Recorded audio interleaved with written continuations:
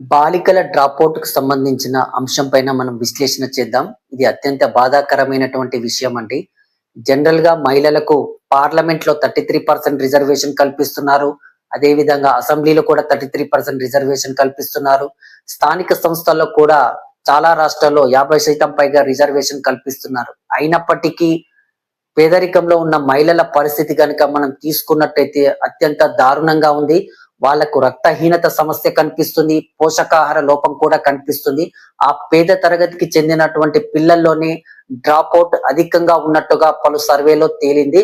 ముఖ్యంగా ఉత్తరప్రదేశ్ లో 57% బాలికల డ్రాప్ అవుట్ ఉంటే తెలంగాణకు వచ్చేసరికి తక్కువగా 31% ఉంది. బాలికల డ్రాప్ అవుట్ కి గల ప్రధాన కారణాలు కనుక మనం విశ్లేషిస్తే మెయిన్ గా పేదరికం అండి. పేదరికం వల్ల కనీస సదుపాయాలు లేకపోవడం, గవర్నమెంట్ స్కూల్లో ఉన్నప్పటికీ వాళ్ళు జైన్ చేయించని స్తోమత కారణంగా కూడా డ్రాప్ అవుట్ కనిపిస్తుంది. అదే విధంగా అవగాహన లోపం, తల్లిదండ్రులకు అవగాహన లోపం ఉందండి. ఏంటంటే ఆడపిల్లలు చదువుకొని ఏం చేస్తారు అనే ఒక సైకలాజికల్ ఫీలింగ్ లో ఉండడం కూడా డ్రాప్ అవుట్ కి కారణంగా కనిపిస్తుంది. చిన్న వయసులోనే వివాహాలు చేస్తున్నారు, అది కూడా డ్రాప్ అవుట్ కి కారణంగా కనిపిస్తుంది. అదే విధంగా స్కూల్లో కూడా మెరుగైన సదుపాయాలు లేకపోవటం కూడా డ్రాప్ అవుట్ కి కారణంగా కనిపిస్తుంది. మెయిన్ గా మనం టాయిలెట్స్ అండి.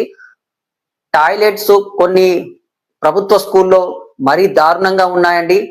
తెలంగాణ రాష్ట్రంలోని హైదరాబాద్ లో కొన్ని ప్రభుత్వ స్కూల్లో టాయిలెట్ల పరిస్థితి చాలా దారుణంగా ఉంది. తెలంగాణలోని మిగతా జిల్లాల పరిస్థితి ఏ విధంగా ఉందో మనం ఊహించుకోవచ్చు.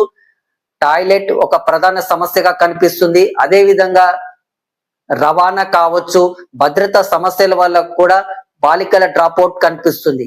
ఈ బాలికల డ్రాప్ అవుట్ ను కేంద్ర రాష్ట్ర ప్రభుత్వాలు దృష్టి సారించాలండి. తెలంగాణ రాష్ట్ర ప్రభుత్వం బాలికల కోసం కేజీ టు పీజీ ఏర్పాటు చేసింది. అదే విధంగా స్కాలర్షిప్లు, ప్రత్యేకమైన హాస్టల్స్ ఏర్పాటు చేయడం, అదే విధంగా షాదీ ముబారక్, కళ్యాణ్ లక్ష్మి లాంటి పథకాలు గనుక ప్రభుత్వాలు చేపట్టినట్టయితే 18 సంవత్సరాల వివాహ వయసుకు ఆడపిల్లలకు పెళ్లి చేసే అవకాశం ఉంటుంది. ఆ విధంగా కూడా బాలికల డ్రాప్ అవుట్ ను తగ్గించే అవకాశం ఉంటుంది. ఈ మధ్య కాలంలో సుమారు 85 లక్షల మంది డ్రాప్ అవుట్ అయ్యారండి, బాలులు బాలికలు కలిసి. అందులో మేజర్ పార్ట్ బాలికలండి. అయినప్పటికీ కేంద్ర ప్రభుత్వం, రాష్ట్ర ప్రభుత్వం దృష్టి సారించి 26 లక్షల మందిని తిరిగి స్కూల్లో జాయిన్ చేపించారు. ఇకనైనా కేంద్ర రాష్ట్ర ప్రభుత్వాలు బాలికల డ్రాప్ అవుట్ పైన ఫోకస్ చేయాలండి. ఎందుకనంటే బాలికలకు డ్రాప్ అవుట్ పైన ఫోకస్ చేయకపోతే పేదరికంలోనే మగ్గి వాళ్ళు చదవకపోవటం వల్ల వాళ్ళలో డెవలప్మెంట్ ఉండదండి.